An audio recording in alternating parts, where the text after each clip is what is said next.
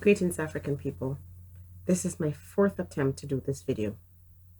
I had no idea that, it would be so difficult to talk on this topic, the topic of unforgiveness. I'm especially reaching out to the young people, especially young girls. Those of you who have had some situations in your life for which you have condemned yourself, for which you have not forgiven yourself. I'm here to tell you to let it go. Nothing that you've done in the past is so wretched that you can't let it go and forgive yourself. Because of religion and societal values, you walk around with this amazing guilt that you're a wretched person, that you're impure. There's no one who's pure. There's no such thing as purity. These are all social constructs. Do not do that to yourself. So you had sex, and maybe you had sex with a few partners, and you think to yourself, oh, I'm such a terrible person because I have done this thing. I'm so ashamed. I didn't keep my promise to God. I'm so awful. And now when you sneeze, you say God is punishing you. If you stub your toe, you say God is punishing you. Anything that happens to you, you say God is punishing you. No, God is not punishing you. You're punishing yourself. It's your own unforgiveness, your inability to forgive yourself. And I'm not blaming you because you have been taught that. You have been taught how to hate yourself, how to condemn yourself, how to not forgive yourself. There's nothing that you have done that is deserving of this kind of burden for you to carry around. So you had sex with somebody and it didn't work out.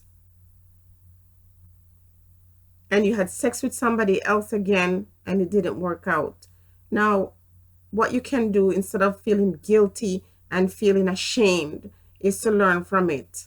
Because all of these experience teaches us something. So you had sex with a few guys and you don't feel good about it, you're ashamed. Then you say to yourself, okay, what is it that pushed me into believing that, having sex with somebody is going to bring me joy or peace?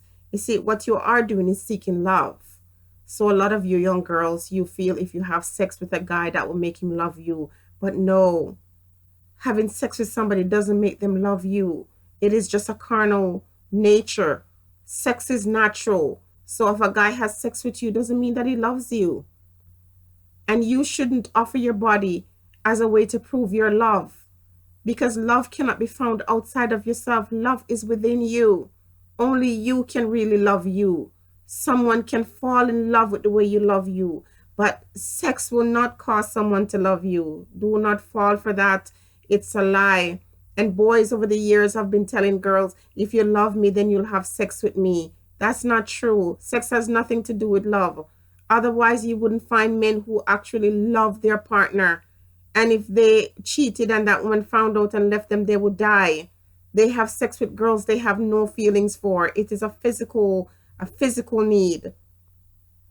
And if you had a physical need and you engage in sexual relations with other men and it hasn't worked out, it is not because God is punishing you why these men left you or why your heart is broken. It's because you make choices, and every choice has a consequence. So although even I am guilty of referring to some women as whores, really of a fact, the only person who has a right to call another woman a whore would be the person who's never had sex. Because if sex makes one woman a whore, then we're all whores. But it's just it's one of those jabs, when you say it to women, it hurts their feelings. But really of a fact, the act of sex is not a dirty thing. It's not an ugly thing. And once you have sex with somebody, you can't take that back. So in that case, I would encourage young ladies to say, have some love for yourself, respect your body, honor your body in such a way that the person that you choose to share your body with is someone who is worthy of it. And how can you know if someone is worthy of your body? It's going to be based on how much that person values his or herself. but you're not going to hell because you had sex, because sex is a natural thing. It is not saying till death do us part that makes somebody married. It is the act of having sex. So if you're going to be concerned about having sex with individuals, acknowledge and recognize that the act of sex is a very spiritual one.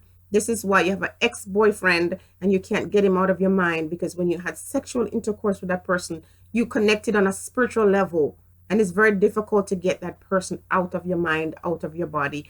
But God is not in heaven waiting to condemn you. You are doing a good job of doing that yourself.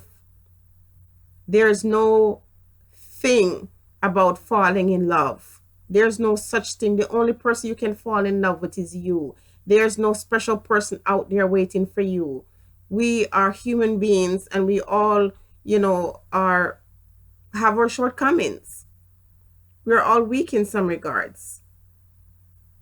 But when we love ourselves unconditionally, we learn how to love other people as well.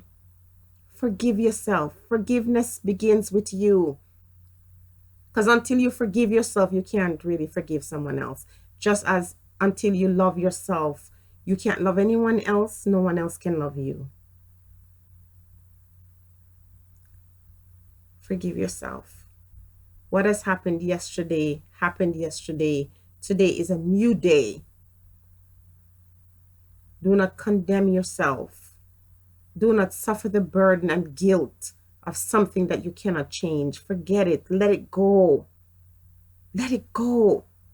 It happened, no matter how terrible it is, or how terrible it makes you feel, or even if you think you've hurt somebody in the past, you forgive yourself. And if it's possible, you ask a person to forgive you. But there's not a God that is in heaven who is waiting to burn you in hell because of something you've done. Let it go. Do not make promises to God. You cannot make promises to a being that you don't see. Make promises to yourself. And when you make promises to yourself and you break those promises, you forgive yourself, you start over again. You learn day after day how to be kind and gentle and loving and forgiving of yourself. Young girls, you're not a product of your mistakes. The things that you've done, they're there to teach you wisdom. And the things that harm or hurt you in the past, you learn from them. You avoid those pitfalls in the future. Be blessed, everybody. Think on these things.